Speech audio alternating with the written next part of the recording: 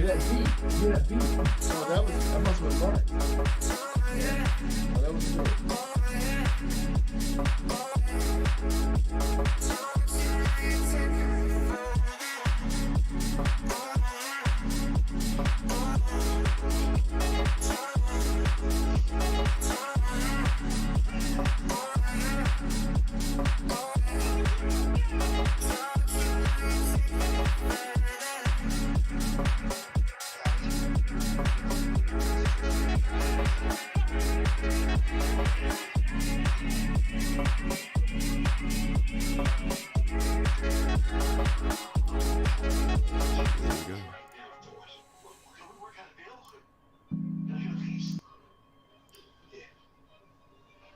Oh, baby. Listen, man. We are back once again. What is going on, peeps? Welcome to a brand new episode of Pass Controller. That's right, man. We're back here, man, after a whole crap ton of things have happened with the pre-orders, man. But listen, we're going to get into the nitty-gritty, man. My name is Mark Noakes, Carter McNucks.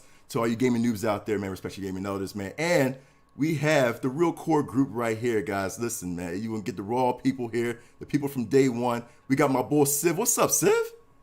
Oh, what's going on, man? What's good with you, man? You looking all nice, looking like what you call it, man? Like what's the dude from God, Die Hard? See, I don't know my actors now, man. God Lord. Talking about John McClane? There you go. Thank you, man. There you go. Thank you. You look like John McClane. Come out to the PTC show, they said. Have fun, you said. Here we are for another episode. Yeah, man. I got my scruff on, man. I look a little hippie-ish today. Nah, you look hippie, cuz. Yeah, you look hippie, huh? This is what you look like when you wait online for hours upon hours.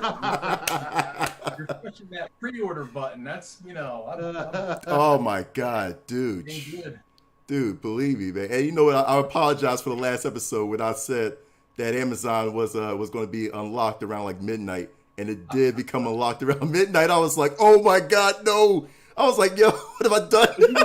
You redeemed yourself because you kind of revealed the Batcave to everyone. That's probably why we got so many people jumping on. And I'm like, God, oh, I dude. think it was, God darn you, Mark. God darn you. Listen, Hey, Aaron. Oh, listen, man. Listen, I didn't know it was going to happen like that, man. Anyway, we got my boy Smoke. What's up, Smoke? What's going on with you, man? What's going on, man? We in for another episode, another month of craziness. If 2020 wasn't already crazy enough, oh my God! Now we got the console wars going on. So I'm like, right before elections. I mean, come on. What more? Yeah. Hey, they're getting us ready for the inevitable. So, hey, look. If you thought this was crazy, wait till elections hit. Dog, who you telling, man? You're right. 2020 has been a wondrous, crazy, chaotic year, man. It's been an effed up year, yeah. It's one. I mean, like basically, it's a lack of a better term, like wondrous, man. It's like it's just everything that's happened that got people either on anxiety mode, man, or like just straight up like frantic. You know who's benefiting? The video game industry is benefiting because they got everyone at home. So now, they've got people hanging by a thread and all this stuff. Right now, between PlayStation 5 and Xbox, I can't wait to talk about this. Oh my God. It's nuts, man. Facts, man. So yeah, we got a lot. We got a lot to delve into, man, because this is crazy, man. Like I said, the PS5 versus Xbox Series. We got news about Microsoft acquiring Bethesda, which is great. I love these chess moves from these businesses, man. And I was telling you and Civ that I was like, yo, this is what I want, cause that's why I was like, you know what, I can't bash on Xbox. I haven't bashed on Xbox the previous shows because it's like I know they was gonna do something. I know they got something hitting up their sleeve. They don't dance now. They got money moves. For real. For real. I didn't see that one coming. It's incredible, man. But before we get into all that, man, you know what we got to do, man. We got to get into what have we been playing. I got to tell you guys first, dude. Because I didn't get a chance to tell you the last episode of what we've been playing, man. All right, so first of all, shout out to a lot of people on Twitch, on YouTube, and on Facebook that's watching right now, man. A lot of people that actually have joined me in playing these games, man, because first of all, I got so hooked on it, man. The first game I want to actually dive into is one of the greatest games that I wish Civic, I know you need to get into this, man. It is called Among Us. First of all, Among Us is so awesome. I mean, it's like, first of all, I don't know what it is about this game, but this game is amazing, man. So basically, it's like a whodunit. It's a straight up whodunit. You're pretty much in a spaceship, man, with like I think 10 of your crewmates. You know what I mean? Basically, one is the imposter or two. There could be two imposters per. It's like the Thing almost. It is like the Thing. It's basically that's what it is. And mind you, Smoke, they have a stage that it looks just like the actual like the movie from the movie The Thing. You know what I mean? It is crazy. So you basically go around killing people. If you're an imposter, your job is to, basically, try not to get caught, try not to get ejected. You know what I mean? And the funny thing is, you're going around, you're playing like, okay, I got to do this task. You got to pretend you're doing tasks, like this guy's doing. And if somebody reports a body, everybody's back to the middle and they discuss it. So now it's basically it's a mandatory talking game. You have to have a platform that you can talk. You see people right here, they use the chat system, but a lot of people right now use Discord. You know what I mean? Discord is a great way to chat with your friends and all that too. Now, when people use Discord, believe me, dude, they go crazy as far as explaining like, yo, I saw a body in the electrical room and I think I seen Orange passed. Yo, I really swear I seen Orange, the last person I seen, and Orange be like, yo, really? Like I saw you pass it. Like it's so incredible, dude. The amount of communication that you do in this game is amazing. And after a certain time of deliberation, again, you get to vote who you think. You can skip your vote too if like you have no evidence. You can skip your vote. But if you say like, oh, I swear this guy is the imposter, and you kind of sway your crowd to do it, and then the crowd picks imposter or the so-called imposter. Now, if the person's right, hey, that's a GG on them. If not, then that puts the person that kind of pushed the argument on a little suspect, like a questionable side, like, oh man, you ejected an innocent person. Oh snap, we got to look at you, man. So is the imposter just randomly assigned then? The imposter is randomly assigned. Yep, everybody is randomly assigned each game. So you don't know if you're going to be a regular crewmate or you're going to be an imposter. You know what I mean? So dude, that's cool. If you're an imposter, now the best thing about this game is that the imposter has a lot of features. Like you see vents around the area. Now, crewmates can't jump into vents, you know what I mean? But the imposter can, So it's like the imposter make a quick kill and then it will jump into an vent to escape, you know what I mean? To go to like a next area of the ship, And you see the imposter right there, it's like, I'm hey, this person's low right there. Boom, I'm gonna cut him off, you know what I mean? It's awesome, dude, and it puts everybody on a frantic mode because you talk about 2020 being anxiety year. This game, man, it's so much fun. But people are like, yo, I saw you do this. I saw you kill this person. Wait, and look, he's about to kill you. Look, what's preventing people from like jumping on your Twitch and seeing if you're the imposter? Well, yeah, it's a trust system, Civ. I mean, it's really got to say like, come on, you can't be cheating. You want to play the game fair and square. You know what I mean? So don't do this. You know what I mean? Don't jump into my Twitch and stream snipe me and you see I'm an imposter and try to persuade people like, hey, this guy's the imposter. How you know? Well, I was watching his Twitch. No, that makes the game not fun. You know what I mean? So, it's a code. It's a code. But I really recommend. And this game has been so hyped right now, but it's been out for 2 years. It's been out for 2 years. Wow. Why the hype coming out right now? I don't know, but it's when the right people play it. And then all of a sudden, it's just like a virus. I've heard that they were going to make a sequel, but they're now not going to make a sequel. But they're going to do some upgrades to it and all. Right, and I'm glad they're doing that, man. Because I mean, just pile onto this version. Just pile onto the first version. Don't make a sequel. Just upgrade this, and you're good. You know what I mean? But yeah, this is Among Us. I recommend that to everybody on the stream because this is beautiful. I love this game so much, man. For real. The second game I want to actually talk about is one of my other favorite games, man, that I play, and it's addicting too, is Fall Guys. Now, Fall Guys is a lot of fun, man. I mean, when I first got this game, I thought this was so cheesy. I'm like, I don't want to play this game. This game is like, little bean pods and whatnot, running around. I don't want to play this game at first. But when I got into it, dude, I was amazed at how much fun this was, man. How competitive this was too, man. The stages are crafty. The people are so annoying that it's hilarious, and you walking around. I mean, again, you it's like a game show. It's basically it's what it is. It's a game show, you know.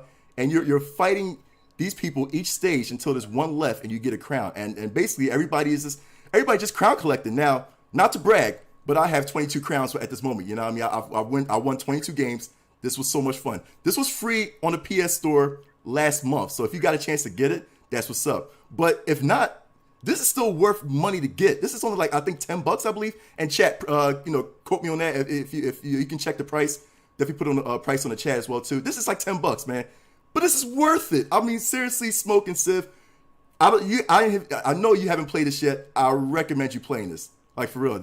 I've played it and it's a lot of fun, but it's also super frustrating. It is. This is not a game for people that like really have to feel dominant in a game. Like, I know like a lot of like Call of Duty people who like they get into a grind and they don't take well to losing. Yeah. This is not the game for you because you are gonna get wrecked. Oh my God. It's torturous. That's why when you win, it feels so good. Oh, dude. Like, wow. It's like the adrenaline rush, man. I'm telling you, each of those 22 crowns, Civ, the adrenaline rush was in me. It was like, oh my God, I did it. Some of the stuff was like epic wins. I was like, yo, I can't believe I won that. Like, yo, when you win your first crown, it feels so good, dude. It feels I'm not there so yet. good. I came in second. Second place is the best I've done so far, but Oh. I haven't put as much time in as you have. But if you want to jump on this, man, I'll definitely. Oh, dude. Oh, yeah, absolutely, dude. We going to get into this, man, for real. So this is so much fun, man. Like I said, Fall Guys, both Among Us and Fall Guys, these indie developers are on the ball. Like, seriously, they're really on the ball. I can't believe I'm saying this, but, you know, I rather, like, this was pretty much made by Devolver Digital, you know what I mean? So, I mean, they really are doing their thing. These indie developers, I gotta give up to them, you know what I mean? I love it, you know what I mean? It's the top two games for me. And I have to say this, but it's going to be interesting because I feel like, and I'll always say this, and y'all mad at me for saying this too, that I feel like Fall Guys is actually in the running for Game of the Year. You know what I mean? Because of the hype. Ah, here we go. Because of the hype of it. Go. It's the hype of it. It's insane. You know Ghost of Tsushima is going to win. I know that, but it's going to be, again, we was talking about, like, before Ghost of Tsushima came out, we was talking about, like, hey, you know, Animal Crossing is probably going to be the sleeper, you know what I mean, because of the effect that it had for us during the pandemic. You know what I mean? That was a game that everybody was playing, you know what I mean? Ghost of Tsushima, then you had The Last of Us Part 2, then you had Ghost of Tsushima, which was impactful stories and gameplays that was rise to the max, you know what I mean, that we said, oh, this was a masterpiece, this should win Game of the Year. When you have people that are involved in one game, like like millions and millions of people involved in the games like Among Us and Fall Guys, that kind of shakes up the you know. I mean, if we're counting like Devolver Digital, I mean, they're the publisher, but are they also the developer? Because it could still constitute an independent game. I mean, it could be Indie Game of the Year. True. And I hope they win. I hope they win Indie Game of the Year. You know what I mean? That'd be great. If not for the running for Game of the Year, then definitely they should get a nod for Indie as well too. Like it's amazing. You know what I mean? It's amazing. Definitely fun. I hope it does get some acknowledgement. I mean, you can't make something that popular and have it blow up like that and then not have it get any credit for it. I mean, facts. It deserves every bit of popularity it's getting, you know. Facts. It's incredible. So I mean, like again, both those games I do recommend to the PTC Nation. You know, if you haven't tried it out yet, please, Among Us and Fall Guys, man. So those are both beautiful games right there. Smoke, what you been playing, man? I have been playing in the last couple of days Mafia, the Definitive Edition. Ooh, nice. Edition. It's by the people who did the third one.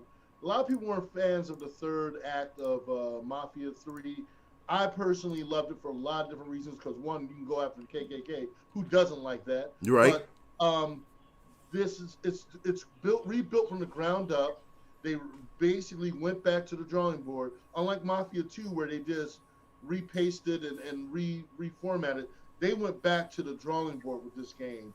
And graphic wise, storyline wise, solid. Gameplay wise, solid. Basically, I'm able to get through the mission.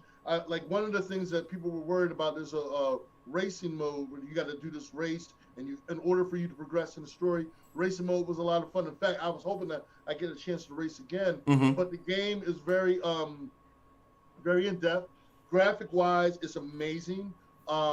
It plays like, if you're a fan of Mafia 3 that had like gameplay style, graphic style, it's definitely like that in Mafia the Definitive Edition. The only difference is they went back to the drawing board, redid it. They brought back the original voice actors. And they basically added a couple extra things in to really enhance the story. But again, if you want to have a game that you played back in the day and want to play the newer version of it, this is the game to play. If you're a fan of the Mafia series, you're definitely going to like this. It's a great addition to your collection.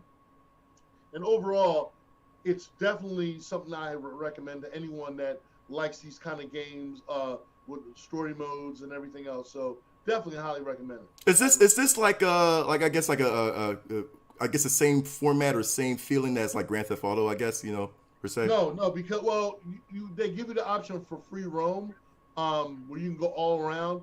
For me, I wasn't a fan of Mafia 2 because it was just, I wasn't feeling it. Where this gave me more of a feel, because it was also done by Hangar 13, the people who did Mafia 3. So I loved Mafia 3 because the open world, the way, it's the way it was set up.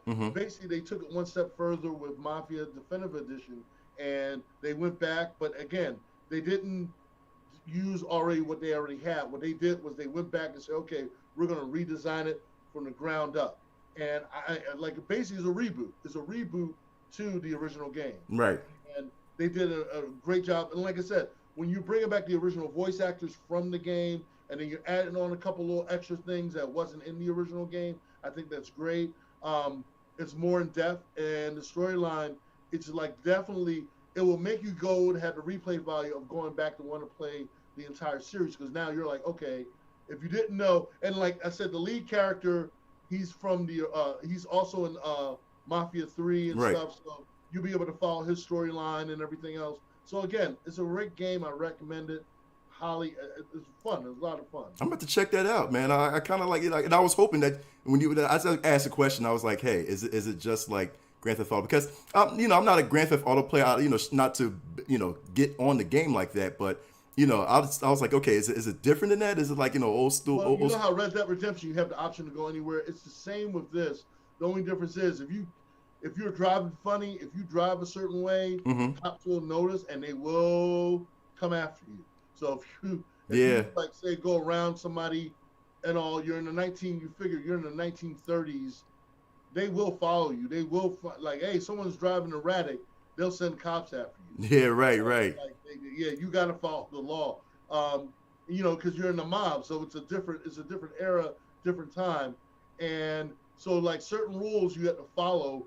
But it is open world. They do give you that option to go open world. There is a straight storyline. If you play the storyline, you can go off the beaten path. There's nothing wrong with that, as long as it's not timed or anything. But you can go off the beaten path. But you'll be caught up in the storyline that you want to progress to see where where the story goes. So for me, I'm like, well, I don't want to go over here. I want to go over there. They give you the option. They're like, okay, I'm heading back to the house. You can go drive around and all that stuff. But if you're going to rob somebody, you can break in a car. Right. But it's not like you're going to be collecting money and building up your money and all that stuff. It's not like that. Where in Mafia 3, you could do a little bit of everything in it. Got you. Yeah, but there are limitations in that as far as the definitive edition stuff. Absolutely, and a lot of people, especially on Twitch, man, Cherry Bomb say he highly recommends the game too. As far as me as a soundtrack person goes, Cherry also says, he said, personally feel Mafia 3 soundtrack reflected the feel of the game pretty well, man. Yeah. So if that's the case, then I'm all about a OST kind of person. What's that, Sid? Incredible. I love Mafia 3. I thought that was honestly one of the best ones because it occurs during an era, I mean, similar to like, the 30s and, the sort of like the Prohibition era and things like that. But you also had like the added like backdrop in the 60s about like the civil rights movement and things like this. Vietnam. And like, Vietnam era. And that not for nothing, Sid. No, I didn't mean the 60s. That was, Mafia 3 was like early 70s. I'm about to say, what's the timeline for that, man? Yeah. No, because they did the flashback storyline. And it took place in the 60s when he was in Vietnam. They give like his origin story and all. I thought it was laid out really well. And then also, it's Lincoln Clay, who's the lead in Mafia 3, has a connection with the first game. There's been controversy, not controversy, but people talk about who he may be related to in the original Mafia game. But the one thing about the game I loved about Mafia 3, because this particular character in the game that reminds me so much of you, Sid, I'm like, oh, you talking about? You know who I'm talking about. Now I gotta play. I gotta guess. Especially I was playing it and I was waiting for that character to appear, and as soon as he did, I knew exactly who you meant. I'm like, yeah, okay. Especially at the end when he's talking to those people, and I'm like, oh yeah, that's Sid. Sid just don't give a crap. Now I got wait. Which game? Mafia 1, 2, or 3 is the character? Three character module. Sid. Yeah, I'll be looking play. Spoiler, like, but Sid, that's you all day, man. That's you all day. Man. I got a compliment. That's a compliment. That's a major compliment. I love that character, man. He just doesn't give. He gives no F's about anything or anyone. He's like, yo, let's do this.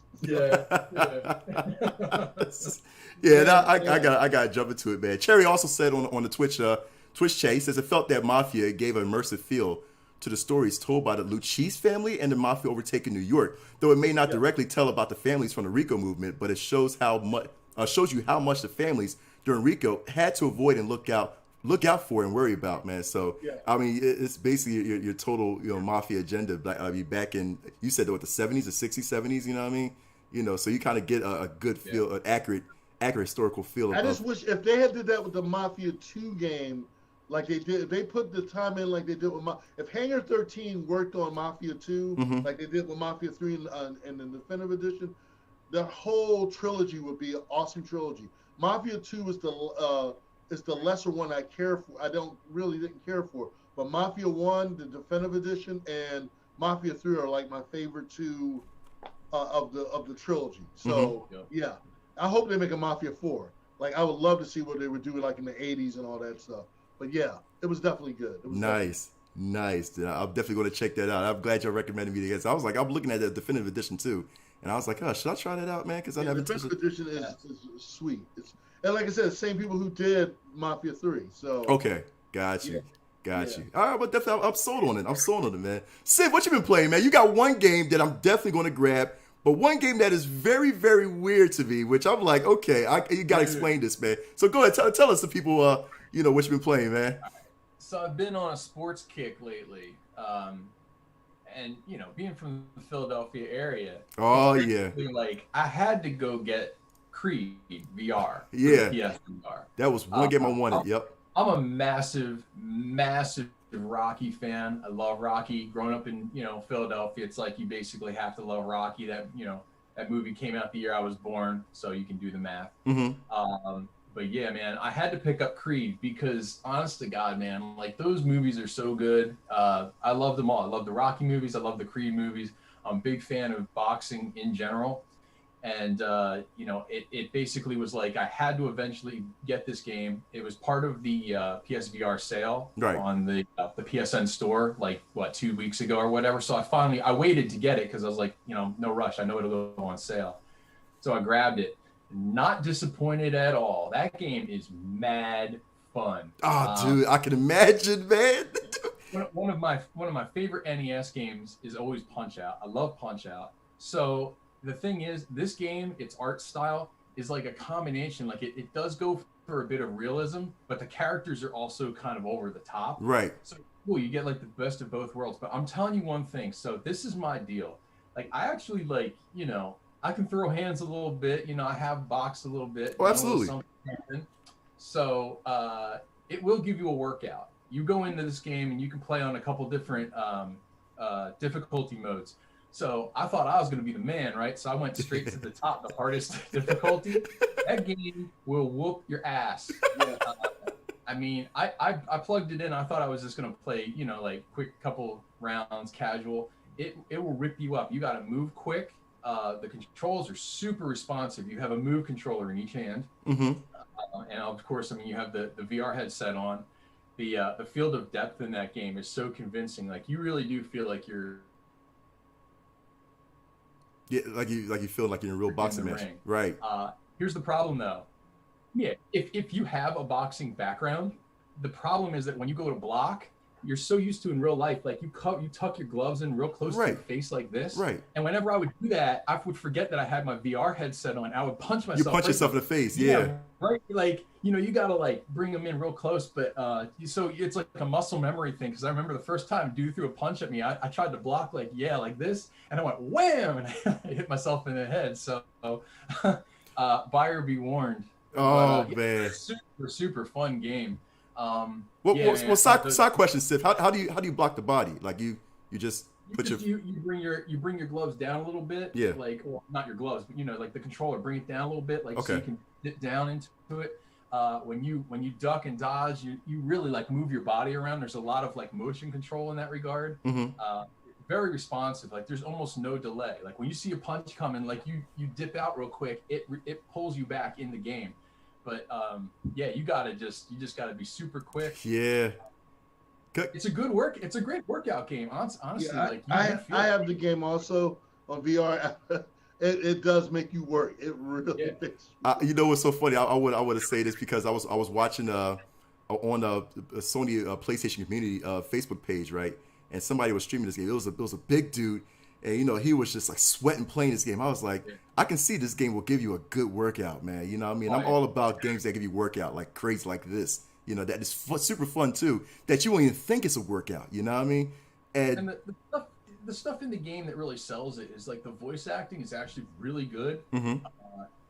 You do hear like Michael B. Jordan's character. You do hear Sylvester Stallone's character. And I don't know. I don't think it's that. I know it's not Sylvester Stallone doing the voice of Rocky. Right. No spoiler or anything, but you do meet him in the game. But I don't know. The guy that they got to do Michael B. Jordan, it sounds so much like him. I'm thinking it's probably him. I haven't looked yet, but it's really convincing. If it's not him, I'm really shocked. Like they found somebody that sounds exactly like him. Yeah, that's good. It's super cool. And even at full price, this honestly might be like one of the better PSVR games. Like I have a pretty solid library now, but this one in particular, it really does capture boxing very well. Highly recommend it. It's a lot of fun. Nice. I gotta grab it, man. That's one game I wanted to grab too. Dude, the only thing missing is I wish they would go full out and make it like online competitive mode, because I would straight up love to box another dude. Do you remember the game? What was it called? The Fight, Lights Out or whatever. Right. Yep. Mm-hmm. And I used to get on there. That was that bare knuckle boxing game, and I used to get on there, and I used to dog some dudes on that. That was pretty fun. I had a good run on that game. So you could literally fight guys like in real time online. Right. So that's pretty fun. I wish they'd do something like that. That's gotta be a thing that they do down the line. Facts. So you gotta tell me this other game, man, because I'm like, I was like, is this a Civ game? This is an actual Civ game? Go ahead, Civ.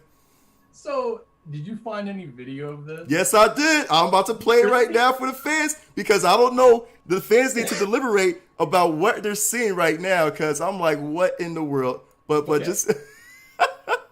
so this game's got to be about, I'd say, I don't know, maybe 20 years old now. I can't even. 20 years old? But it was a PSP game. It's called Panya Fantasy Golf. Uh-huh. And I've always been a fan of the Hot Shots games. I'm not a golfer, by the way. Me too. Me too. So what entices you about this game? In real life, man, I can't pick up a club. But really? I love video game golf, and I love the Hot Shots games. So one day I was just messing around on my PSP, and I found this title, and I was like, oh, I got to check this out. It looks kind of cool. Mm-hmm. This is like, and I mean this in the most respectful way, but it is a very, very Japanese game. I can tell. It doesn't even bother to really localize that well. Like mm-hmm. the dialogue in this game between characters, it's so wacky and everything. It has a very anime feel. It's very over the top. The characters are super eclectic, and it's just way fun. It's so fun, dude. It's just a simple golf game, but it has this really convoluted story behind it. Yeah. I mean, it's so perfect on the PSP too, because you can just pick it up, play a couple rounds, and put it down. It's nothing you like play for hours and hours and hours. So I mean, it's a little bit of a time suck, like for if you just need a couple minutes to just play a game, right? Jump on, a lot of fun. But yeah, if you can find it, it's like super hard to find now. I figured, yeah. as with like all PSP games, it's just you got to get it used. You're not going to go into a game store and find it. Facts. But yeah, Pena Fantasy Golf. It's fun, man. But it's crazy. And see, it's funny because I see the clips you pulled, and this is like the more normal stuff in the game. Right. Like, honestly, it gets to the point where like you have like rocket powered clubs. You have one of the characters is like this like retired police officer guy who's like all frontaled. It's weird, man. It's just so over the top. You see that like little bag character that's like floating around. Yeah, little bag cat. Yeah. It's like he carries around your equipment for you. He's like your caddy and everything. I get it. Yeah, it's a caddy cat. You know what I mean? Like I get it. This is so weird. Yeah, it's really weird, man. So, but yeah, check it out if you have some time, if you have the means, play it. Yeah, absolutely. I don't even know that it's available in the PSN store. I could be wrong, but I don't know if you can play it anymore on the PSN store. Right. Maybe. Hopefully you can. Yeah. It'll probably be something that they'll come out with, man, like later on, like as far as who knows? You know what I mean? It may be a port later on. Who knows? But that'll be something vicious, dude. I think it has like RPG elements and stuff, and it has like anime elements. So if you're in stuff like that, check it out. It's just wacky. It's just wacky. I love it, man. I can't get enough. Oh man, yeah, and I'm surprised because basically, it's basically Cherry in the chat says I can vouch for Civ. This game is stupid fun. You know what I mean? So, it's like, and again, I love like Hot Shots Golf too. You know what I mean? I'm a Hot Shots Golf kind of person, so this game will definitely attract me, you know what I mean, for sure. And so this is crazy, man. And basically, Cherry, just to confirm for everyone, this is a sequel. It's a sequel to Everybody's Golf. Yeah. So. Yeah, it's based upon it. I think it's the same engine. I think it's the same developers, but I mean, it just goes in a whole different direction. It's just weird. I mean, and some of the characters, I mean, you can just see that they put effort into making it as convoluted as they could. Mm-hmm. Just such a crazy collection of characters. The dialogue is hilarious. Yeah, right. It's completely over the top. I know that's right, man. So, oh, dude, Panga. I don't know how you came across that, but that's a good job too. Because I look at that, I was like, this is a Civ game. Like, this is so weird, but. Yo, I'll respect that. I like that. Nah. It's so funny. They have a lot of variations of like different types of golf games, man, that a lot of people don't know about. You know what I mean? That is like super weird. I forgot, again, like Everybody's Golf, what the golf for the Apple phone is so. You ever played Dangerous Golf? No. Are you serious? Dangerous Golf on the PS4. I don't know what other systems it's on, but you play golf indoors inside a house with all kinds of like stuff around that you have to like break things. Like, yeah. And it, ball like hits something, it shatters wine bottles and things like this. It's completely over the top. Yeah. Oh, dude. Very non-traditional golf game. Dang. And I'll escape my mind too, but Cherry in the chat, Wii Sports Golf too, man. And I used to be so competitive in Wii Sports Golf, man. And that was so much fun because again, you have to kind of it's motion. It's all motion detector. You know what I mean? So it's like you gotta the way you swing hard or swing soft, man, determines how it is in the game. You know what I mean? But you get so used to it that it's like we was playing.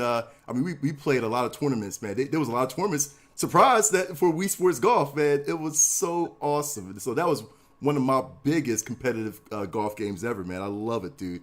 I love it, man. Oh man, so I gotta I gotta check that out, man. See, there's all these games now that like it's so cool that I need to take part of, man, because it's like I haven't tried it out, but I've been meaning to try it out especially for Creed. You know what I mean? And dude, I got to do that so badly, man. So Civ, we gotta talk about this, man. Before we get into the pre-order fiasco, we know that this recently, September 9th, 1995.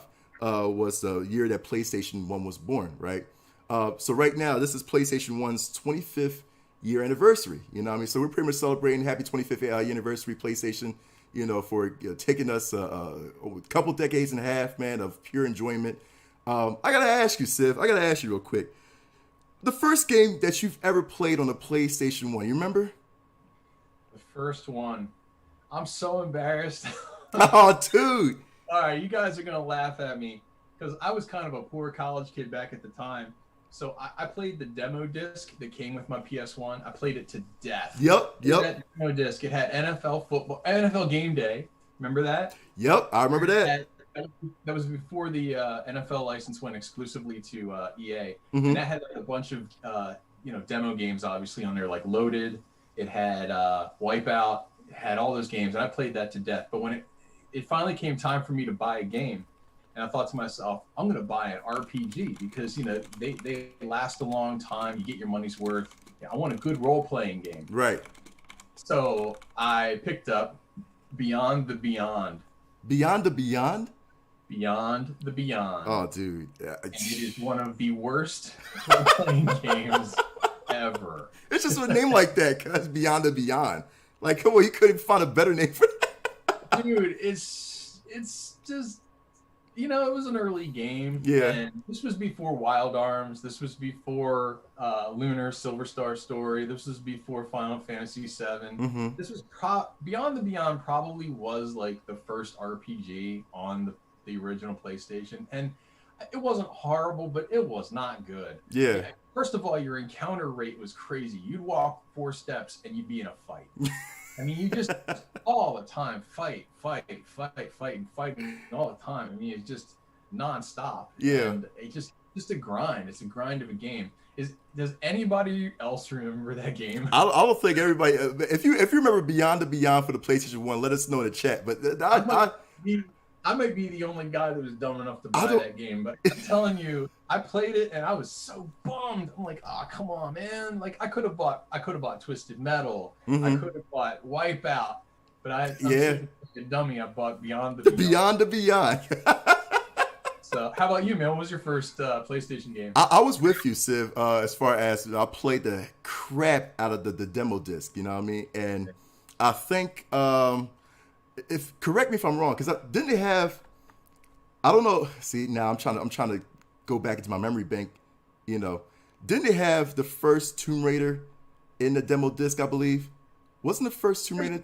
Here's the thing: there were so many demo discs out there. Yeah. Like depending on when you bought your PlayStation, it packaged in a different one. Right.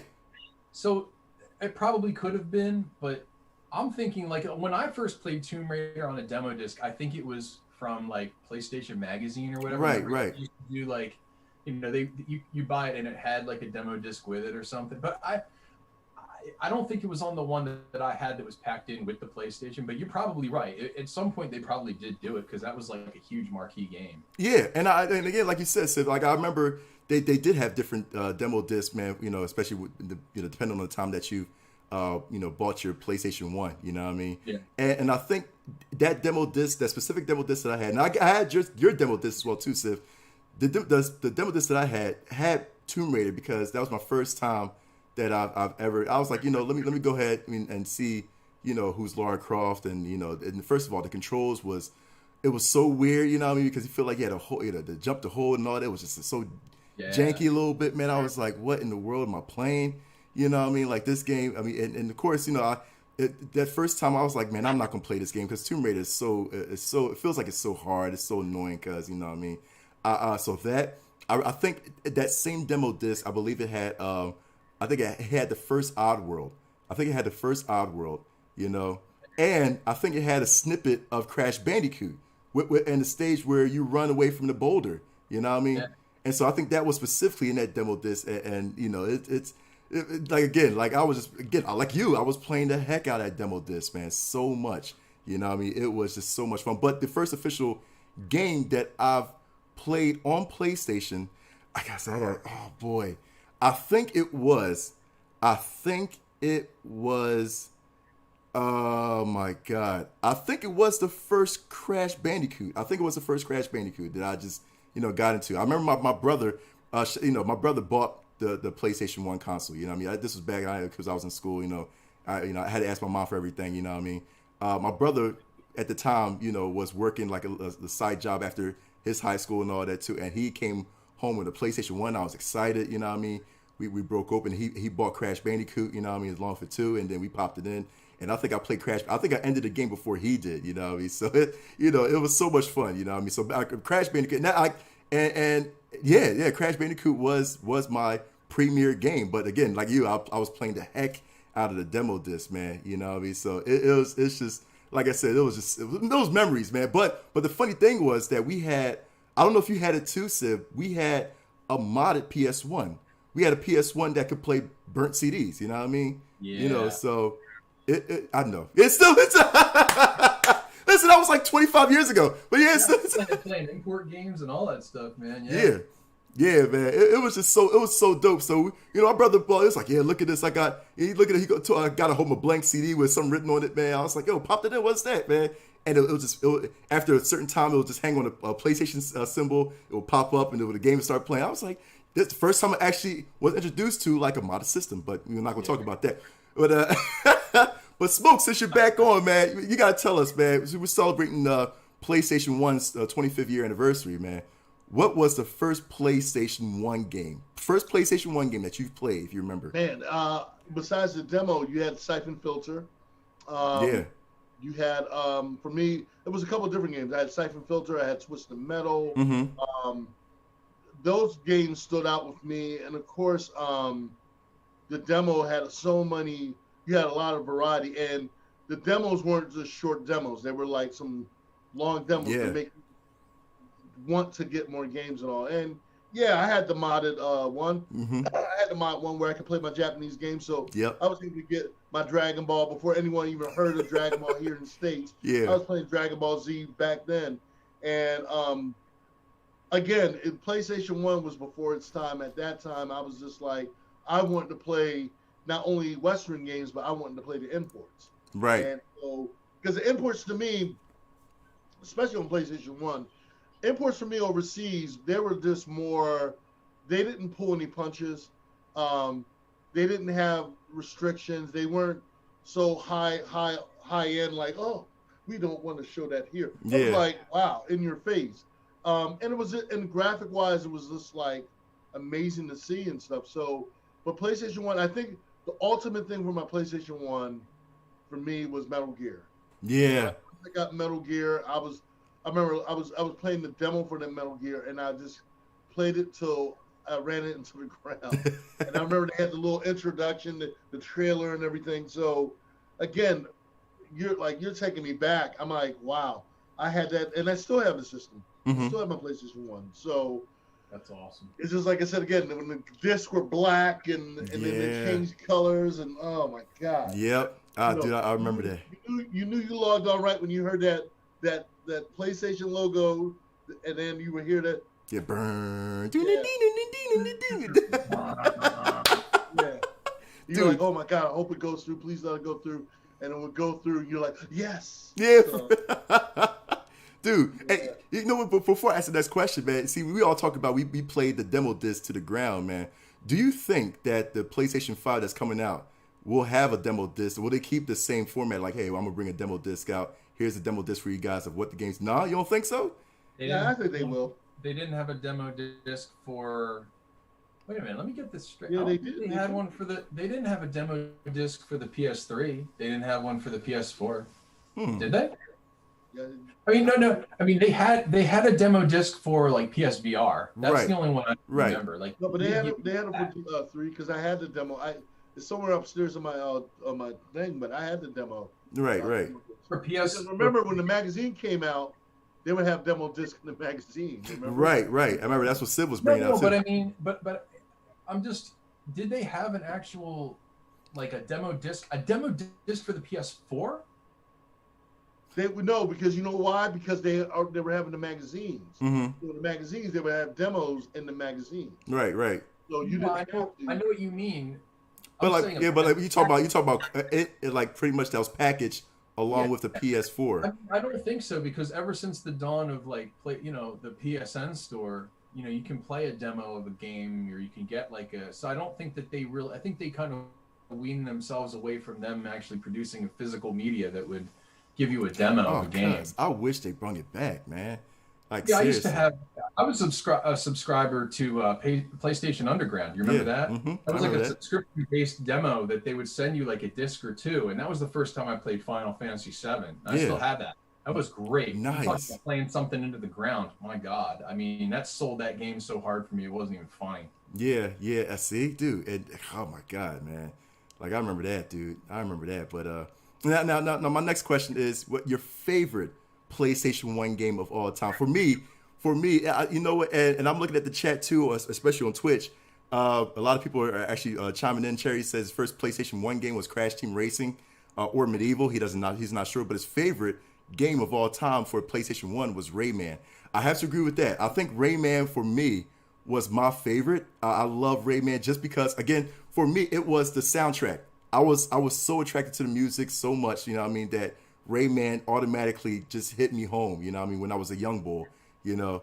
I loved it. I mean, like, and I think close second was Metal Gear Solid for sure, you know, because again, it was just my first storyline game that I think it was my first storyline game that I did get immersed to, you know, that was amazing. You know what I mean? Like, seriously, like I was just so deep into that story, and I was like, yo, I never knew games like this happened. You know what I mean? Like, it was awesome like that. You know what I mean? For real, for real. So that was my first serious game that I've played as a child was Metal Gear Solid. You know, that had it like that was like a movie to me. You know what I mean? So, but for real, yeah, those two, Rayman and Metal Gear, man, with the exception of like Crash as third. You know what I mean? Because of the, you know, it was so easy to get into, so much fun. You know what I mean? Those are probably my top three PS1 games of all time, man. What about you, Sif? You already mentioned Metal Gear. That's got to be either. It's probably my second favorite because I mean, there's so many good games on the original PlayStation. It's not even funny. I mean, you had the Tekken series. I mean, you had you had all the GunCon games. That's right. Yeah. You had you know, RPGs. You had Wild Arms. You had great ports of like arcade fighters. You know, Night Stalkers, and you had, you know, Street Fighter Alpha series. All those. But I mean, honestly, I think it's probably like my third favorite game of all time, and my favorite game on the PlayStation 1 is Final Fantasy VII. Right. Okay. It is perfect. Mm-hmm. It is. I mean, and people say maybe it has or has not aged well. I can tell you why it's aged well, because the remake of that game had a record sales event this year. I mean, when they dropped the remake of it, people clamored for it. People have been waiting for the better part of, again, like 25 years for the remake, and we're gonna buy that game anytime it comes out. It's so good. But yeah, it's favorite. I mean, you know, Tomb Raider was great, but yeah, I mean, and Metal Gear, of course. But yeah, I gotta go Final Fantasy VII. That game's it's just perfect. It's so freaking good, and it showed off everything that system could do. I mean, the only thing it didn't have was voice acting. Yeah, it's kind of weird when you think back to that game, because you're like, did that game have voices? And no, it didn't. It was all text. But it does have probably what I would consider to be, still to this day, the greatest video game soundtrack ever made. Yeah, yeah. Oh, dude. I feel you. Considered, it's the greatest video game soundtrack ever created. Ooh, cuz with the mic drop, really, Civ? Oh, dude, man. There. Oh, dude. You know what's so funny? Before I go to smoke, it was so funny because you reminded me of you know, Street Fighter and all that too. And I think I played the heck out of Street Fighter Alpha 3. And that dude, it was just, guy. It was so, it was so easy to get into, and I was whooping everybody's heads, and it was awesome. I loved it, dude. And dude, I was, let me tell you something. That was probably I was addicted to, like, of course, Street Fighter back in the past, you know, the Street Fighter, Super Nintendo and all that. But Alpha 3 was the one I could not get my hands off of. You know what I mean? It was just, I mean, besides the colors, besides the music, besides the easy gameplay, cuz it was awesome. But that's the game that, like, really, Street Fighter Alpha 3 doesn't get enough credit for how revolutionary it was in the Street Fighter series, because that was the one that introduced, like, the handicap matches and the survival matches and the endurance matches, and, like, you could create your character, like, in, like, his stats, like, you would do, like, the I forget what they called it, but it was like world mode or something like that, where you had to keep building, like, skill points to make your character stronger, and that opened up, like, a whole new level in like, you know, Street Fighter canon. So yeah, I thought that game was spectacular. But the guy would always crack me up, though, the ring announcer, beat him up, guy. I loved it, dude. That gave me so hype all the time, dude. For real. Maybe I just will. Oh my god, dude. Smoke, what about you? What was your favorite PS1 game of all time? Well, it has to be Metal Gear. Metal Gear goes without saying. And Metal Gear, because again, you're talking to someone, and man, I remember when I saw the trailer had me like so amped. Mm-hmm. And I remember it was nothing like I've ever. It was one of those. It was the first time I've ever played a game like that before. And all I kept doing, I remember when I wanted to pick up the game, how I thought about the game, because after playing the demo, and I just remember sitting back like, man, I couldn't sleep the day before I picked up the game. Yeah. And when I got it, it lived up to everything and then some. And remember, when the graphics back then, compared to now, but the graphics back then was before its time. Right. So I was like on the edge of my seat, like, oh my God, this is the greatest thing ever. Now, when you look back on it, you're like, oh man, like compared to what we got now. So, but yeah, I was totally floored, man, totally floored, and I loved from the voice acting to the music Mm-hmm. to the storyline, the action. You know, it was just, again, it was before its time. And for me, it kept me like, I remember I had to get the strategy guide before YouTube, get the strategy guide, and I was like, how the hell do I gotta get, beat Ocelot with the room, and you had to go around and all this stuff. So you look at overhead and you're like, oh man, how am I gonna knock this person out? So yeah, it was a lot of fun, because it was a challenge, because you're like, okay, I can't go to YouTube, before there was a YouTube. Right. So you would have to wait and say, man, I got to go get the strategy guide. I got to go buy it. And you couldn't call up your friends and say, how do you beat this? How did you get through here? Because they'll clown you. Yeah, right. So, hey, Snake, the I code's got to on the say, back of the CD case. Yeah. What? And I remember they used to have the booklets, and they would give you, run that. Then as the years progressed, it got smaller. Yeah. Where it's like, now the instructions are right there. Oh, go left, go right. That's it. Before they used to give you in-depth information, the whole nine. So, dude, I used to get so frustrated, Smoke, with the Psycho Mantis part, man, because we didn't know that that you're supposed to unplug your control. Yeah, and you didn't know what was going on, and then you were like, all of a sudden you think, and I thought my PlayStation broke. Yeah. Black, and I'm like, what the? And I remember, and I would cut up. I remember I would almost went in rage, because I was just like, what the fuck did? And I'm like, oh man, I almost raged it, like rage quit. Because the screen would go black, and I thought, and then someone had to tell me like, no, whatever you do, let it play. And I let the thing play. I'm like, oh, I let that thing go for a week like that, and I was tripping, because I'm like, what am I doing wrong? Why is this thing? There's something wrong with my disc. I remember, oh, there's nothing wrong with your disc. Just you gotta keep playing the game. I'm like, no, there's something wrong with my disc. It's so funny. Real quick story, because I went through the same thing, and for me, I'm an impatient person, because it's like when that scene happened, when you start off with the Psycho Mantis scene, and he starts doing jib like and the screen went black with the Konami sign at the top and all that. That screen, I think, went approximately for, I believe, 10 to 12 seconds. I believe, right? It left you hanging. It left you hanging. So, but for me, I forgot how old I was.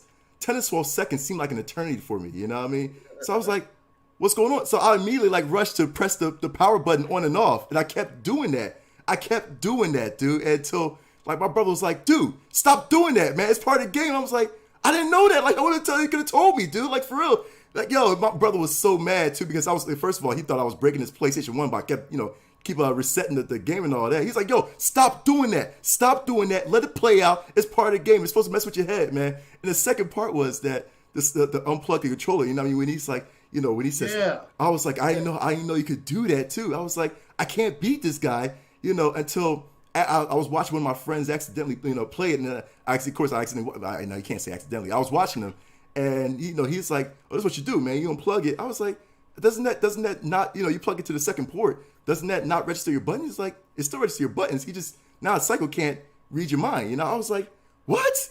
I was like, dude, that is like fourth breaking. I did not, again, this is my first time experiencing that kind of, features and functions that Metal Gear just played the crap out of me so many times. It's a glorious game. So I loved it, man. Yo, for real. Do we want to talk about the rumor? Let us talk Yes. about the rumor. Yes, man. So, oh my God. First I of all, remember sending it to you first, Sif. I was like, guess what?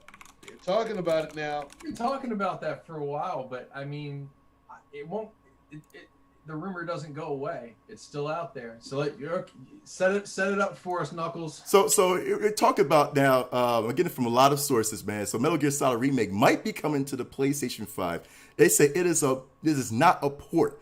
It is a full remake. Thank you, God, because I'm like, all right, you know what? Just do a remake. Don't bring it over, man. Just do a remake of everything, graphic wise, man. Because that was the first thing too, man. I just want to say that, you know, hey, we couldn't see the faces because all the faces was pixelated blocks. You know what I mean? You know, so every time Snake shake his head, it's like, you know, you see just two squares and pixelated and shaking his head. That was it. You know what I mean? I'm just glad. So the article right here, and I'm getting it from Yahoo Games, and talks about a full remake of Metal Gear Solid might be coming to the PlayStation 5 according to sources. YouTube channel Red Gaming Tech referenced the initial rumors started by a Reset Era user Patterson, who claimed that Metal Gear Solid and Metal Gear Solid 2 Sons of Liberty were getting remade for PC.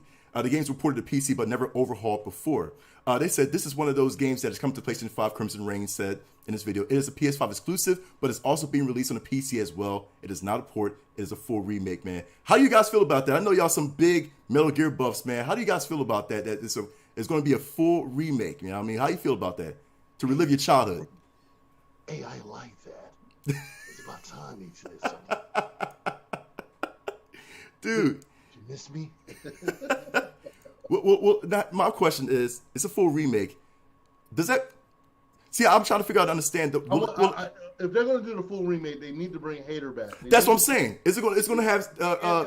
you can't have a Metal Gear Solid without... Right. Or you better damn well get a voice actor that damn well sounds exactly come on. like him. Here's the thing. You can't get Hader. No, here's the thing, Smoke. David Hayter, he's still doing cameos. My thing is, like, he's still got the voice. He's still got the voice. Bring that dude back. No, he's got the voice, but if you saw in his prior interviews, you know, him and Kojima-san did not, you know, Really leave like on each the other. best of terms. Yeah, like each other. Yeah, right, So, right. So, you know, if he was to do it, first of all, they probably had to pay him top dollar, and it would hopefully be PlayStation asking him to come back. Mm-hmm. Yes, I would still want Kojima-san to be a part of that because he's the reason why it is what it is. But if PlayStation is smart, they'll buy Konami because they got some of the best IPs. And, you know, because I know Xbox, if Xbox was to do it, they would taint the hell out of it. Yeah. And I know that. Facts. Xbox would taint it. It wouldn't be, you know, Sony, they know because this was their IP. They know from the ground up, okay, we need to make this happen. So I just want a couple things.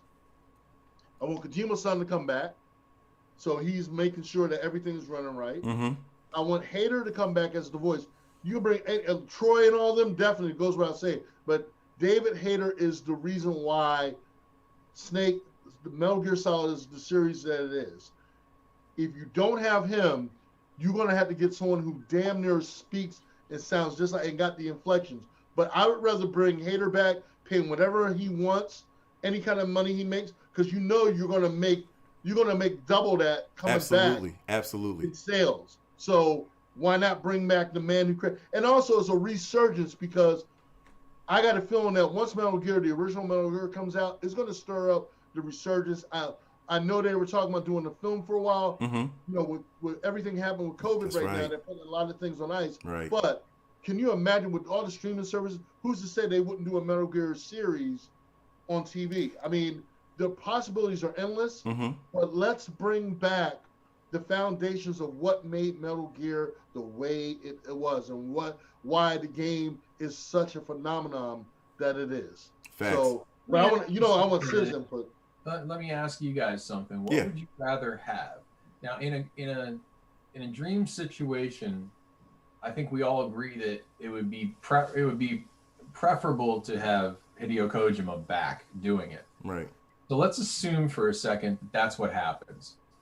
Best case scenario, he rejoins, you know, either the Konami team or it would have to be Konami at this point. But Yeah. I mean, say even like, you know, if Sony was to acquire Konami, which would be cool, and you get that news the next day, say, yay, Sony bought Konami, they're bringing back Kojima-san, everything looks great. Right. At that point, you have that team together. What would you rather have? And you can only have one, hypothetically. Either you have a remake of the original Metal Gear, or you have Act 3 complete for Metal Gear Solid 5.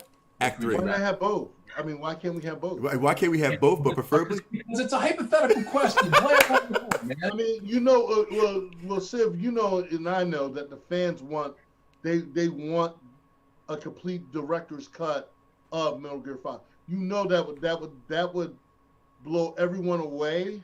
So of course I'm gonna go for that. Yeah, but I would rather also bring in new fans that never understood the craze of why Metal Gear is the way it is. I'd rather bring the new fans in by introducing the world of Snake.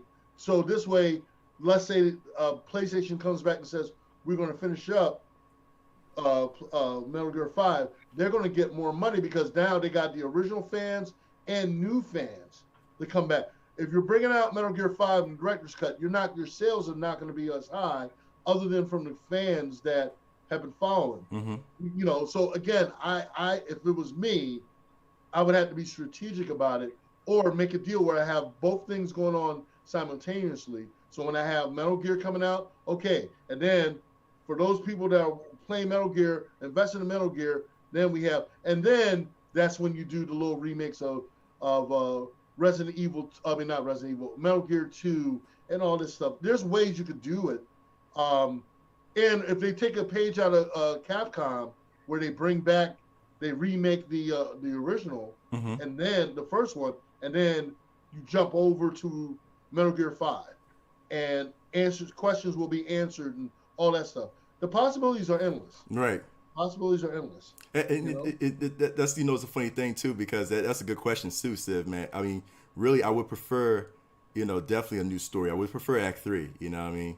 But and see, that's a hard question, you know what I mean? Because I do want to relive my childhood, but I do want to continue the story, but the right way, you know what I mean? And if they bring back Kojima-san, you know, I'm like, you know what, Kojima, you had the resources, you had the mind to do it. Go ahead and do the story. Go ahead and finish the story out, you know, or continue the story the way you want it to be, you know what I mean? So I think it'll be a 51-49 in favor of Act 3, you know, for sure. But that, you know, that's a funny thing, because in my mind, go ahead, Seth. People forget that we did get a remake of the original Metal Gear game already. On GameCube, we had Twin Snakes. Right. So, and I know that was a long time ago, but technically that was a remake. I mean, I don't know. Yeah, just float that out there. I mean, here my thing is, I'm such a purist when it comes to Kojima.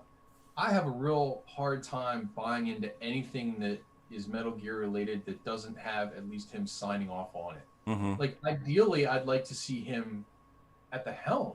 Like, I don't want to buy a non-Kojima Metal Gear game. That feels weird, even if it is a remake, because people will say, well, all you're doing is taking what he already did, you're just updating it. Right. Yeah, but he puts touches on stuff. He has, you know, like, I don't know, like, I'm gonna tell you right now. Do it. It's just weird. Like, I don't want to see it like farmed out to somebody who, you know, is some kind of studio that can just turn it around and make it into something. You like, you raise the bar that high, doing a remake, you better at least minimally cover that bar of the original. Can you imagine doing a remake and having it not as good as the original that was 25 years old? How about that? That would be an epic fail and a half. Honestly. Yeah. But seeing the fact how they did Final Fantasy and whatnot, and they've done remakes like Resident Evil. Look at how they did Resident Evil 2. They've done revamped versions, but not to the point of the way they did it last time. So the way I'm looking at it is, you got to get core fans, like people that appreciate the original IP, that respect the source material. You're only going to get whoever's going to do it, whoever would do a remake to it, is going to be the full committed. Like that one guy some years back who showed like a different variation of Metal Gear, and people were like, "Holy crap!" And then like you had Sony like, "Oh, you cease and desist," because he did such a great job. And that was Konami, but yeah. You know, so but that was a devoted fan. That was a person that understood what they were getting into, and they used Hater's voice and everything. So even if you're like, okay, we're going to use Hater's voice from the original game, and we're just going to recycle it in the game. I'm good with that too. Yeah. I'm like, you know, even if you can't bring it back because they own the rights to. So if you're like, okay, we're going to recycle Hater's voice for the new game, for the reboot, they can do that too. Right. And, you know, that's a good point. You know, my thing is again, whoever's going to do it, they know that these are, you know, that the fans, they got to be people that are fans of Metal Gear Solid. You're not going to have someone do a reboot that's not a Metal Gear fan. It wouldn't be wise. It wouldn't be. That's an expensive IP. That's an IP that basically transcends throughout the last couple of decades. Why would you like entrust that to someone who has no clue what Metal Gear is? And you do have to keep an IP alive. I agree with you because I mean they're just sitting on it at this point. You know, and you have companies like Konami right now who, for a while they really shunned the video game industry. They were just making pachinko machines in Japan. Yeah. Now they want to kind of like put their toe back in. Now the first time they wanted to kind of reintroduce that was, you know, during the Kojima era when they came out with PT, Playable Trailer, which was supposed to be Silent Hills. Well, that obviously fell through, so now we're stuck with like all these unused IPs at this point. So you have Silent Hill, you have Metal Gear. You know, I mean, there are ones out there that, you know, they're just sitting there waiting to be revived. And, you know, I mean, even Castlevania, like, I know that they do like the anime series, which is really great, but, you know, use it for something, create something based upon that. Like, it's just sitting there. Obviously, people were upset when Konami decided to take their ball and run home. Yeah. But what we got from that was you know, Kojima go on his own and creating, you know, Death Stranding, which is fine.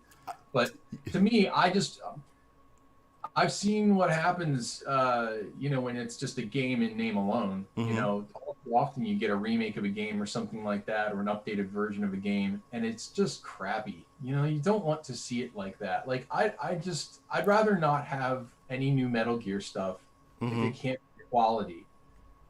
Like, even if right now, you know what they could do to keep the IP alive? They could go back to Platinum Games and basically say, hey, make Metal Gear Rising Revengeance 2.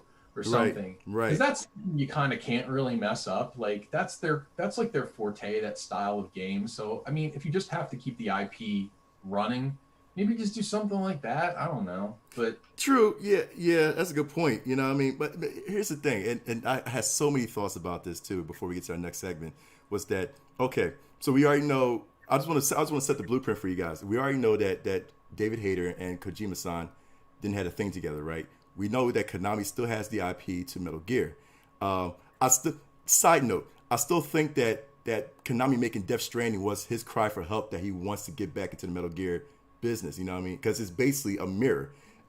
In my opinion, I feel like it's a mirror of his work for Metal Gear. Like, he wants to get back to Metal Gear, but he doesn't want to show it. That's why he feels like making Death Stranding is like, listen, I'm going to try to, you know, capture that same tech, that same image. But I don't want to. He has a sense of pride, and I like Kojima like that. He has a sense of pride. It's like I don't want them to know that I want to still work on Metal Gear, but I want to kind of do something that kind of surpasses it. You know what I mean? But Death Stranding is his cry for help, that he wants to get back to Konami, to get back to Metal Gear. That's my theory.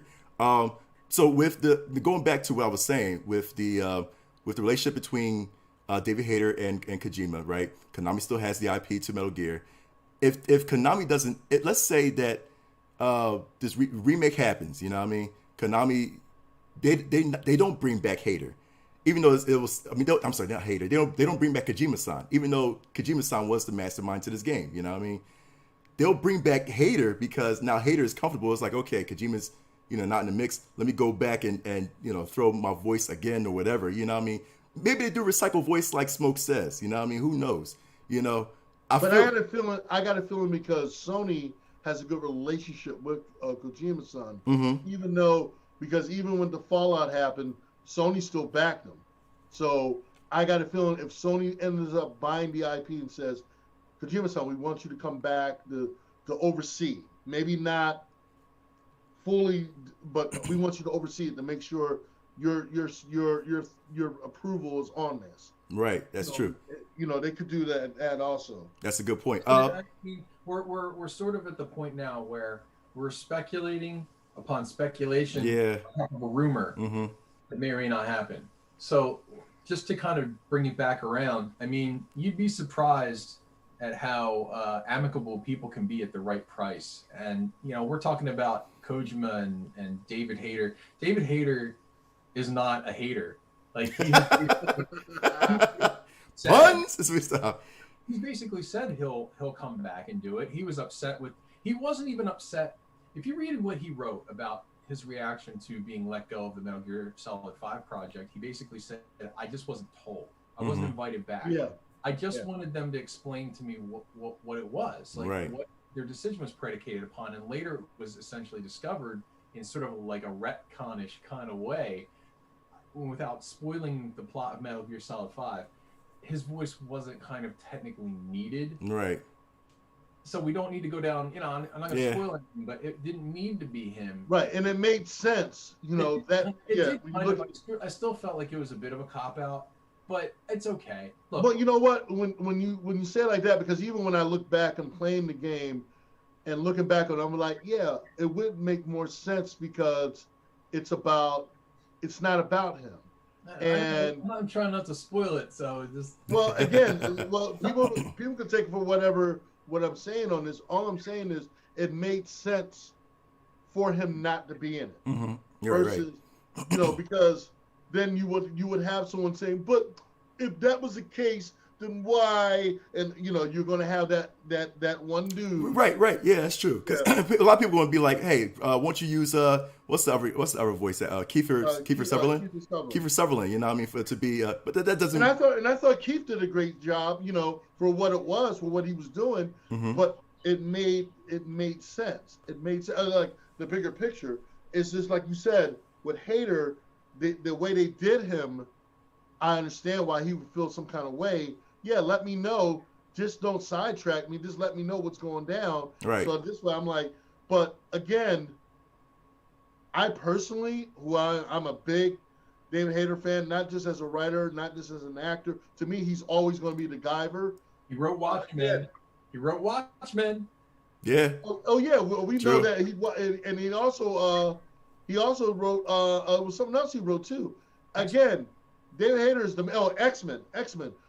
So the thing is that he's the man. I just want him to come back because I know, first off, he embraces the fans. He knows that, hey, he knows he's iconic in the video game industry, in the video game world. He's iconic. Mm-hmm. You know, you see his character everywhere. He's at that age where he can be Snake. He can play Snake. You know, so it's believable. So again, man, I totally would love to see him make a comeback. Yeah, we'll hope so, man. Like I said, I'm excited for this remake to come out, man. So. Dave, we're letting you know. Yeah, seriously.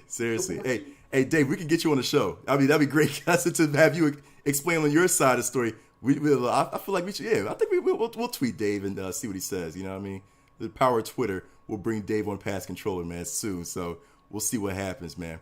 Let's get into the nitty gritty real quick while we still got a little bit time left on the show, because this whole past couple weeks was such a fiasco. First of all, man, for everybody that is pretty much know what I'm talking about, it's insane. It's insane. Ultimate rage. It is the ultimate rage. You know what I mean? The thing about it is that did you get one? Okay, we're going to talk about it to all the people. Did you get one? Xbox Series X or PS5? I wish we could show the flashback when we were all talking about it the last time we did our live impromptu, when we were all talking about it. That's not even 24 hours. Dog. He calls me up, was like, dude, you need to wake up right now. I'm thinking, I'm gonna wait till midnight. It wasn't even 24. It was 6 hours. Dude. I didn't know anything about bots, the real deal with bots, until this whole fiasco for the last 2 weeks. I hate all you scalpers out there. Just let me know. You're nothing but scums of the earth. Hey, listen. I want to kind of back the scalpers. I want to play devil's advocate, man, because listen. I know smoke. Listen. I know. Listen, because $10,000. Dude, okay, not really? Not $10,000. Maybe double the price though. You know what I mean? Okay. Again, you realize that you're paying all this money for a system that's going to be probably available next year. Right. Where everyone will have one in the household. And then you're going to look very asinine saying, damn, I paid $10,000 while everyone's got 2 or 3 of them by next year. But you're pretty much putting the fear. This is what it is. And I like how. Now, here's the thing, man. I like how. We will get into this. I like how PlayStation, Sony, and Microsoft did it. Of course, it's the fear of missing out. It's FOMO. You know what I mean? And we know that the console is going to be available next year. Of course, you know what I mean. If you didn't get it this time around, it's going to be out before Christmas. You know what I mean? They're going to do another wave before Christmas because they have to. You know what I mean? They're going to do another wave before. Let's see. The consoles come out before Black Friday, right? So they're going to do another wave right before. No, they're not going to discount it before Black Friday. I don't think they're going to do a discount. No, I doubt that. That's not going to be They're going to do it. They're going to probably do a wave right before Christmas for sure. You know what I mean? So that's for sure. Next year, 2021, like, you know, they're going to start doing bundles like, hey, come get this Ratchet and Clank bundle, blah blah blah blah blah blah blah. You know. Or, hey, we got the Spider-Man bundle for those that didn't get Spider-Man or is not playing it day one. Hey, we got a Spider-Man bundle right here, you know what I mean? It's a fear of missing out, you know what I mean? Sony, and even Sony apologized. Yeah, Sony apologized for it. They was like, you know, whatever. My bad. You know, They didn't. They knew what they was doing. I like this mind play. Exactly what they were doing. I love this mind play. They're trying to make Sony and Xbox like it was crack. And those people that are trying to, look, we're going to sprinkle some, and then put the fear in everyone by saying, well, everyone, we don't know if we can get you guys Amazon through Amazon and through these other people. Then, oh, wait a second, we're going to have problems at midnight. Wait a second. Oh, y'all, your system crash. Oh, Microsoft, system crash. Who are y'all fooling? Really? Xbox, PlayStation. Who are y'all fooling? Y'all ain't fooling us. Yeah. And the only thing is, I'm going to tell you right now, when you rationalize on it, we all get caught up. We all get caught up in the surge of wanting to get the system, being the first on the block. But when you really look at it, once you get over the initial thrill of wanting to be the first, and you see this guy having it, there's always been a rumor already that some people already got their PlayStation 5. I'm like, how? You know yeah. what? No, But they're not shipped yet. They're not. No. They actually been talking about it on YouTube and talking about probably influencers, Sid. Probably influencers, yeah. But let me just say this: regardless if they have it or not, once you get over that hump, and you see this person having it, this person, then you're just kind of sitting back like, okay, eventually I'll get it. Especially with the whole Spider-Man Miles Morales thing. Now I'm gonna tell you right now, we talked about this last week when they initially said Miles Morales is exclusively coming to PlayStation 5. Mm-hmm. My initial response was, okay, this is a reason why to get it on day one, and that alone, this gets Miles Morales because it's going to be exclusive. What happened? Not even 24 hours after the whole putting out the PlayStation 5s. Now Miles Morales is coming on PS4. But then here's the kicker: you can take Miles Morales after playing it on PlayStation 4 and put it on your PlayStation 5. But if you buy the Ultimate Edition, you get the original Spider-Man game and all that. Right. But you can't bring this PlayStation 4 Spider-Man, the original game that you had, over to PlayStation 5. Right. Which makes no sense. Yeah, it doesn't. You do it with Miles Morales. You know what this all tells me? Do you know what this whole debacle, and I don't mean just the pre-order situation, but I mean the entire launch, the entire lack of communication from Microsoft and Sony, the entire situation with ambiguity regarding cross-play and backwards compatibility and system specs. All of this debacle, this holistic view of what's going on right now, what it really means is we don't need a new console right now. I know that's kind of counterintuitive to our entire message at Pass the Controller, because we're all about new video games and stuff. But honestly, it just feels like they forced it. Like, we could have just kept going with what we have. I don't even think that the real potential of the PS4 and the Xbox, I don't even think that they've really hit their zenith yet. How can you say they have? Like, look at Last of Us 2. Look at how great that game is. Like, that game probably cracks the ceiling of the potential of that particular console. When you look at games like that, certainly Xbox can do the same thing. There's high quality games on that console too. High quality games on PCs still. we're not to the point where anybody was sitting here thinking, damn, I'm just kind of sick of the look and the feeling of all these old games. Can't we get a new console? They only did it because it came time to schedule it. They only did it because they know that we would all buy into it. Mm-hmm. And that's okay. I think it's okay. But this to me feels like it's like the PlayStation 4.5. This feels like the Xbox lowercase s series, or whatever you call it. It feels like a half step. It doesn't feel like a full quantum leap forward. And I'm going to be honest with you, as good as these new games look and as good as these demos look, they didn't look exponentially better than current gen. Right, yeah. They look like a tweak. Yeah. And that's okay too. I'm not being critical, but I'm just thinking to myself, like, do we need this right now? Like, I hate, maybe I have officially become the old guy. You officially become the old guy, Sid. And that's the thing too. That's the thing. Maybe I've become Michael Pachter. I don't know. No, but that's the thing too. It's like they show these games, which, it could be, like I said, you don't know the difference until you get a PS5 and see it for yourself, man. But these are games that, again, are exclusive to these systems, man.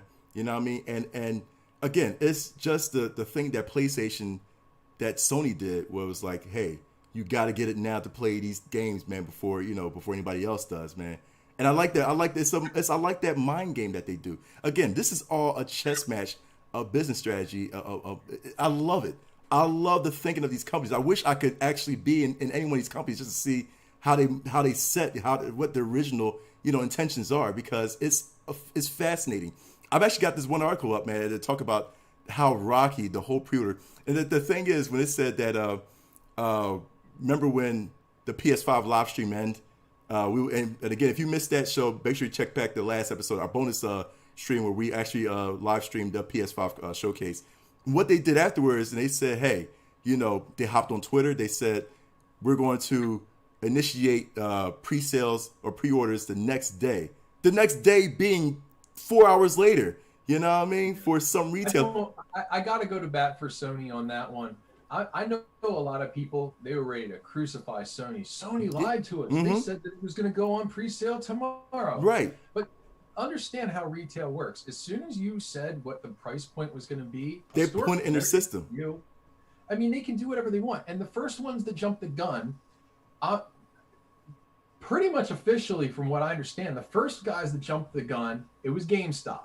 The second ones that followed, it was Walmart, mm-hmm. and then Target. Yep. The only two companies I know for a fact that kept the embargo, the midnight deadline, was Amazon. And online. Mm-hmm. And I don't even think Newegg even sold them. I don't even think it's in their SKU catalog yet. So, like, to me, it's like, man, I know a lot of people will demonize companies, but Sony doesn't control retailers to that level. They can control street dates for physical releases of merchandise, but they cannot control pre-order deadlines. That's not what they do. They don't have any jurisdiction over that. Mm-hmm. So as soon as one retailer did it, every retailer did it. Yeah. But my point is, and I'm sorry, this pisses me off to no end. Yeah. Not everybody had to follow suit. Mm-hmm. They all would have sold the same amount. Yeah. 6 hours later. Facts. Why did you have to did you think honestly you were going to undercut your supply? When you get a letter from Amazon a couple of days later saying we may not be able to fulfill your request for a pre-order anyway based upon your pre-order when you ordered it, it tells me that almost every retailer is going to have fulfillment issues. If Amazon, the biggest retailer on the planet, the biggest sales organization in the history of human life, tells you that they might have a shortage, it tells me that every other retailer is irresponsible because they jumped the gun. They're probably overselling it as it is. This happened with the PS2. Mm-hmm. This happened with the PS3. This happened with the Xboxes. This happened with the PS4. It happens all the time. You know what? It's even affecting PC gamers now with like graphics cards and stuff like that. The RTX was like, so I was like, what in the going? I'm like, don't do this. We got to get better, not worse. Yeah, you don't want to see that stuff. That's crazy. And it's irresponsible. But here's the thing, because it's so funny because that's why I kind of forgo the Xbox pre-orders, because I was trying to aim for the RTX 3080. You know what I mean, for my PC, and I was like, dude, this is even worse. The pre-order thing is even worse, man. I was like, I can't get it. The pre-order button wasn't working for me. It was Amazon. The pre-order button wasn't working for me, and I was like, you know what, this is whack. You know what I mean? Forget it. I don't care anymore. Whatever. I'm satisfied with what I got. You know what I mean? The funny thing is, and going back to the same article, we're talking about what went wrong for the Xbox too, man. I want to bring up this couple paragraphs. It says all the websites were overloaded in one way or another, and all gave us bizarre error messages and problems, said Murray. On Target, the pre-order button just didn't work. Best Buy would claim the item was available, but not added to your cart. The Microsoft Store took ages to let me add the Xbox Series S and Series S to my cart, and when it eventually did, it wouldn't accept my payment information. Both Walmart and Sam's Club, which are owned by the same company, let him add the system to his cart, then immediately deleted them. GameStop crashed. Amazon gave him error screens of the Xbox Series X. It didn't seem to have the Xbox Series S available at all. Dude, these websites, what in the world is going on? I have a way to fix all of this. Go ahead, Sif. Go ahead, Sif. There's a world exclusive, everybody. Here's how you fix this. Next time the next console generation comes around for either Xbox or PlayStation, you base the pre-orders in a hierarchy of who has the highest gamer score or the number of trophies. So like people that, if you're a PlayStation, let's say just hypothetically, if you're a level 43, you get precedence on the pre-order over somebody who's maybe just like a level 9. You got more trophies, you've been around. That's what I'm talking about. Take care of your people. I want dibs. I would have no problem getting a PS6 if, like, you say, wow, you know, this guy's civic minded. He's got quite a few trophies. We're going to put him to the front of the pack. Like, thank you. Okay, real quick, because we're so getting closer. Everybody's going to be mad. we're getting so close to the show, but I just want to tell you this because here's the thing. We'll reveal what we have. Okay. Did you guys get a chance to pre-order your systems? Oh. Sev, you did. Some Smoke, you did. I did too. Okay. So I did too by way of Amazon. I figure we all did by way of Amazon. I'm not saying where. I'm not either. You're not saying by way? Okay. So, again, did you not learn about the Batcave? No. But here's the thing. I want to point this out because it was do you know who Kaiser Soze is? Kaiser, yeah. Do you know who Rosebud is? Rosebud, nah. I think because we were just throwing out spoilers, I was just gonna, Yeah. Yeah, I mean, this my superhero like identity is, No, I do. Yeah, I got you. No, but here's the thing, real quick, because there's a tactic that so I got one. I just want to put that out there, right? And another tactic was that Sony did, which was very genius. Or well, not I say very genius. It was kind of skeptical. Was that they sent out an email to selected people based on data from their gameplays and their like trophies and all that, So you had to like sign up for the PlayStation Store, and they say they will collect the data of everybody that signed up, and from all the data, select a few people to send their link to their, special PlayStation store, so that they'll be able to pre-order based on their data, first the PlayStation 5. So I did get the email, and at that time I already said, well, I already got one, you know what I mean? But I was like, you know what? Okay, this is a great tactic that Sony did to select people, if that's the case. I was like, do I get another one? I got another one, through Sony's store, So again, shout out to Sony for doing that. And I'm gonna gift one to my brother. My brother, if you're watching this stream, hey, congratulations, I'm giving you a gift. But still, so Sony did that, and what they did was genius. It was genius in the fact that, hey, we're going to see who uses our system a lot. You know what I mean? Who is in a sense fanboy or fangirl, whatever you want to call it. You know what I mean? And we're going to give them the first crack at pre-orders for our store. You know what I mean? I was like, okay, well, you know what? Why not? I might as well go ahead and order another one. You know what I mean? So it is what it is. I wish Xbox did the same thing, man. Instead of just doing it normally and say like, hey, I mean, even though Xbox's pre-orders were a little better, a little tiny bit better than PlayStation. In comparison, now look, I mean, in the interest of transparency, Go ahead. I was able to pre-order my PS5 almost instantaneously. It was that same night, which was okay, but it was cumbersome and it sucked, and we had to do a couple different websites and all that. You know the story. when it came to the Xbox, I mean, I just went right on and got it and got out. I mean, I did not have a problem. It was that easy. I mean, I just, the site was fast. I'm not going to say which site I used. I don't want to give that away because I don't want somebody calling up and be like, yes, this is Civic. Can you have my Xbox delivered to the alternate address? Thank you. No. So, we don't need to talk about where, but yeah, it was just, the Xbox was like instantaneous. Had no problem at all. Right. Yeah, I figured that too, man. So, I mean, like I said, if for the people out there that didn't get either console, it's going to be available. It's going to be available again. Trust me. And for us at Pass Controller, if we do get a link, we'll make sure that we share it to you guys. We did that. Hey, listen. After we get our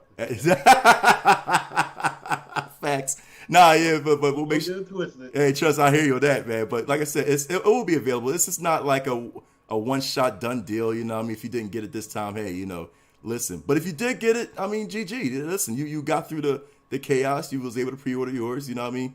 Hopefully it'll be delivered, or hopefully I heard a lot of people saying that they pre-ordered it, but all of a sudden it got canceled or something like that, man. Like after a certain time, I was like, okay, that's kind of shady. You know what I mean? That's. But I got a feeling they're doing that to get the fear out of people. To get the fear from people that because they know that if they send that out, there's gonna be some people like, well, I'm gonna cancel mine. Cancel. Wait, there's some more slots open there. Yeah. And then wait a second. Hey everyone, guess what? We may not be able to get your. Realistically speaking, you had to prepare yourself going into the idea that you may not get it on that day, because mostly everyone is pre-ordering it via PC. If you're doing it on GameStop and all, again, you roll of the dice, because they can easily tell you we didn't get all the shipments in today. Right. Come back in another couple days. The question I want answered and nobody's talked about yet anywhere is how long are these older, legacy systems going to be officially supported? Because, when we're talking about the consoles that are currently being serviced and supported, they're during like the online era of games. So I want to know, of course, we know when PS2 games were out of production. We know when Wii games were out of production. But what we don't know is how long are PS3 and Xbox 360 games going to be, supported, server, individual game servers, but then also on the Microsoft and Sony side of their their head services, their online marketplace. So you have the PS3 here, for example, and we know that they extended the service of this legacy system out to the PS4, and now we're getting into the PS5. At what point does the rubber band start to snap? Yeah. And you say, okay, well, we're going to officially migrate services away from generations that are 2 generations past. Right.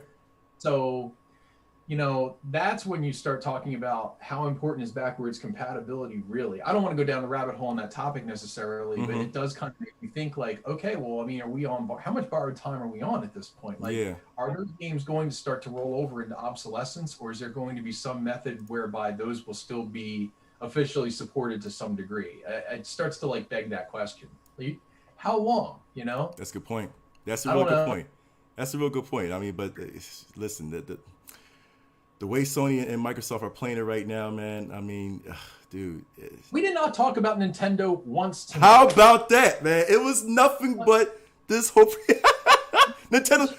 That's a funny thing. Nintendo early. But that's an NES game Punch Out. But we got to talk about Nintendo. Can we just say something before we sign off? Yeah. Go ahead, Sid. Go ahead. Nintendo. Yeah. But no, here's the thing, Sid. Here's the thing. So.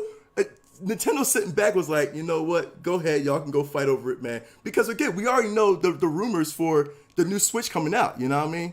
Yeah, but they always win because they don't do it in the middle of that whole fiasco. They do it when the coast is clear, the seas are fresh and calm and all that. The trees are blowing in the wind and all that. And then Nintendo goes ahead and pretty much put their pre-orders out for the Switch 2. You know what I mean? That's perfect. Nintendo has a system that never fails. So they don't really worry about that crap, man. It's insane, dude. Never fails except for the Wii U. Except for the Wii U. That's something else too. That's so. And again, with the new games out, they just got to announce a game, and people are hyped. You know what I mean? Cherry on the chat says the new Hyrule Warriors. You know what I mean? Dude, that was it. You know what I mean? Dude, pretty much they get people hyped that are Nintendo people. You know what I mean? Like seriously, Nintendo they don't have to do nothing. They're good. They're calm as far as we know it, man. But again, like I said, guys, for all the PTC Nation out there, just wait till before Christmas. Don't worry, you'll get a bundle links and all that too for bundles and a new wave of pre-orders out, man. So if you haven't got it, yeah, exactly, man. And actually, shout out to my bank account. Shout out to my bank account too, because I was supposed to go to Japan in 2 weeks from now. You know what I mean? I was supposed to go, but I had to cancel it because of COVID and all that too. So, you know, that Japan money actually made me pre-order my system. So I was like, yeah, hey, listen, I'm glad it kind of worked out. But so plus, you might not have came back too. So exactly, I would have been stuck in Japan. Yo, guys, I'm here live. I'm over in Japan. It's right now early in the morning. Exactly, it would have been like 3 a.m. I would do the show. Like, I gotta wake up and do the show with the guys. If you're looking for a taste of Japan, maybe I could recommend a game, Pangyo Fantasy Golf. Saying, man, if I could find a Civ, all the cool kids are playing it, man. If I could find it, dude, I will play it, cuz for real. Trust me, man. I need some good Japanese games to kind of fill the void for me, man. Listen, guys, let's go take to the end of the show. Take us to the end of the show. Basically, thank you so much for joining us, man. Especially for those on Twitch, YouTube, and Facebook, man. Thanks for sticking around. Listen, again, like we always do at end credits here, man. I don't even have the paper with me, but I'm going off my head. Listen, you already know what to do. You're supposed to share this stream to everybody in the gaming community, man, that you don't want to miss this information because, again, for those that want to find out how to get the pre-orders, man, again, you know what I mean? Share the stream to them. Tell them, like, hey, this is what Nux, Civ, and Smoke say, man. Do it, you know what I mean? So make sure you share the stream to your friends and family. Make sure you get it before you share it so you can get your game. True. Yeah. Focus on you first. Yeah, and then help the people out. Exactly. Focus on you first, man.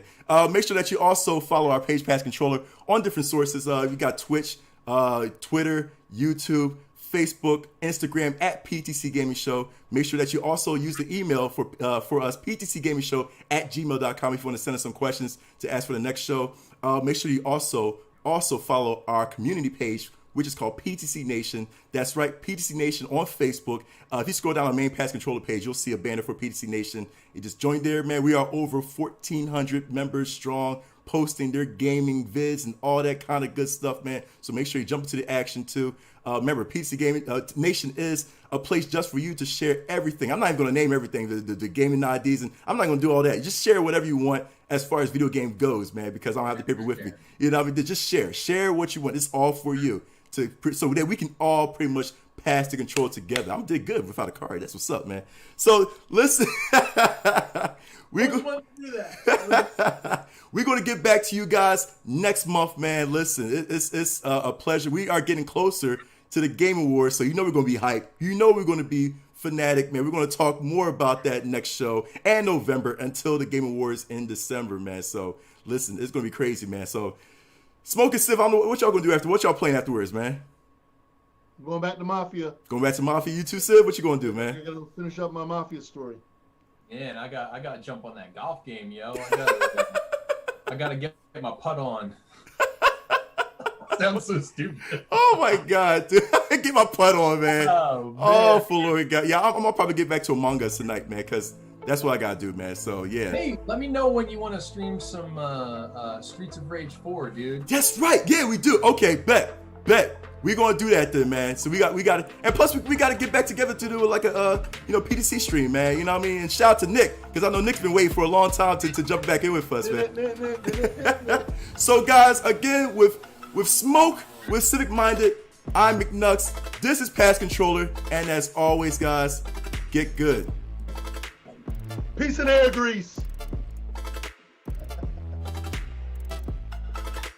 I need a cool thing to say. That's what I need. We'll do it with contest. Whoever can get me a good catchphrase, we'll give them a free PS5.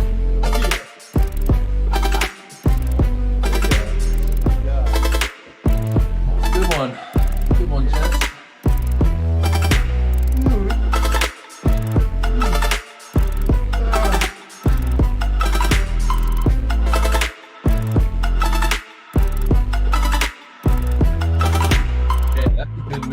Hopefully it'll save on to the YouTube channel, and then we can all